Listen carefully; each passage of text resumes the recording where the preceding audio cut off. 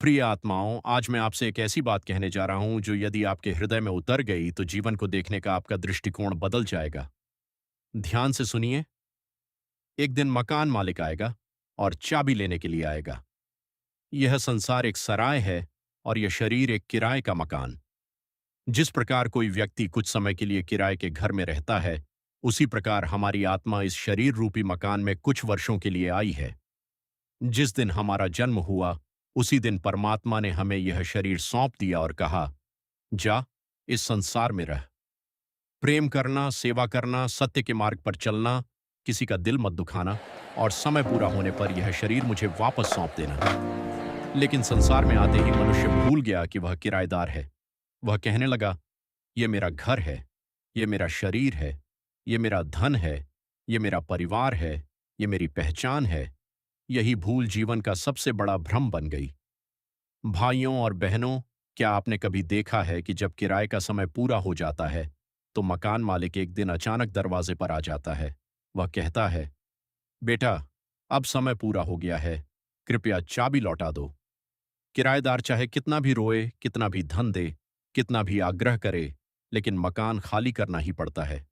ठीक उसी प्रकार एक दिन मृत्यु हमारे द्वार पर आएगी।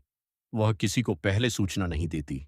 न वह उम्र देखती है, न धन देखती है, न पद देखती है, न प्रसिद्धि देखती है।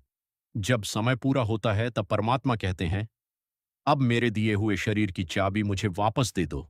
उस समय न कोई डॉक्टर रोक सकता है, न कोई धन रोक सकता है, न कोई अपना रोक सकता है। सब देखते रह जाते हैं और आत्मा इस शरीर को छोड़कर चली जाती है। उस समय केवल एक प्रश्न पूछा जाएगा, जिस शरीर को मैंने तुम्हें सौंपा था, उसका तुमने क्या किया? क्या इन हाथों से सेवा की? क्या इस वाणी से किसी को सांत्वना दी? क्या इन आंखों से प्रेम देखा? क्या इस मन में करुणा बसाई? क्या किसी भूखे को भोजन दिया? क्या किसी रोते हुए को सहारा दिया? क्या कभी परमात्मा का स्मरण किया? यदि उत्तर हां है तो जीवन सफल है। लेकिन यदि पूरा जीवन केवल धन, मान, प्रतिष्ठा और अहंकार में निकल गया, तो अंत समय मन पछताएगा। सोचिए, आज तक इस संसार में कितने राजा आए, कितने धनवान आए, कितने बड़े अधिकारी आए, कितने महान व्यापारी आए। आज वे कहाँ हैं? सब कुछ यहीं छोड़कर चले गए। उनके महल यहीं रह गए, उनकी तिजोरियां यहीं रह गईं, उनके कपड़े, गाड़ियां और जमीनें सब यहीं रह गईं। यदि कुछ साथ गया तो केवल उनके कर्म। इसलिए संतों ने कहा है, मनुष्य धन का मालिक नहीं, केवल उसका रखवाला है। शरीर का मालिक नहीं, केवल उसका उपयोग करने वाला है। जीवन का मालिक नहीं, केवल उसका यात्री है। जब यह सत्य समझ में आ जाता है तब मनुष्य का अहंकार टूट जाता है।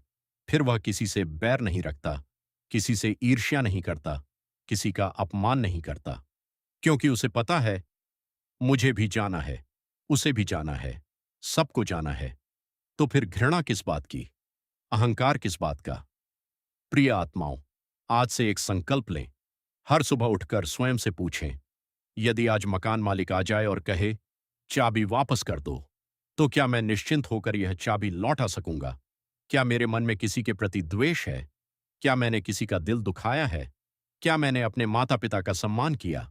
क्या मैंने गुरु के वचनों पर चलने का प्रयास किया? क्या मैंने किसी दुखी का सहारा बना?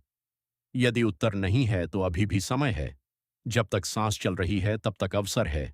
आज से प्रेम बांटिए, क्षमा करना सीखिए, सेवा कीजिए, सत्य बोलिए, नाम का स्मरण कीजिए, अपने भीतर बैठे परमात्मा को पहचानने का प्रयास कीजिए। जिस दिन यह समझ आ जाएगी कि यह शरीर मेरा नहीं, परमात्मा की अमानत है, उसी दिन जीवन में शांति उतर आएगी।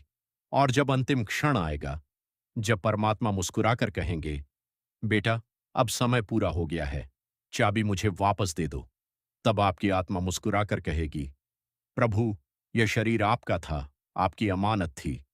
जितनी समझ आपने दी, उतनी निष्ठा से इसे संभालने का प्रयास किया। अब इसे आपके चरणों में समर्पित करता हूं। ऐसी मृत्यु ही सच्ची विजय है, ऐसा जीवन ही सफल जीवन है।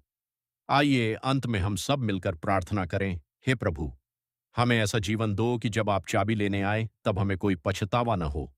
हमारे हाथ सेवा में लगें, हमारी वाणी मधुर हो, हमारा मन निर्मल हो और हमारा हृदय प्रेम से भरा रहे।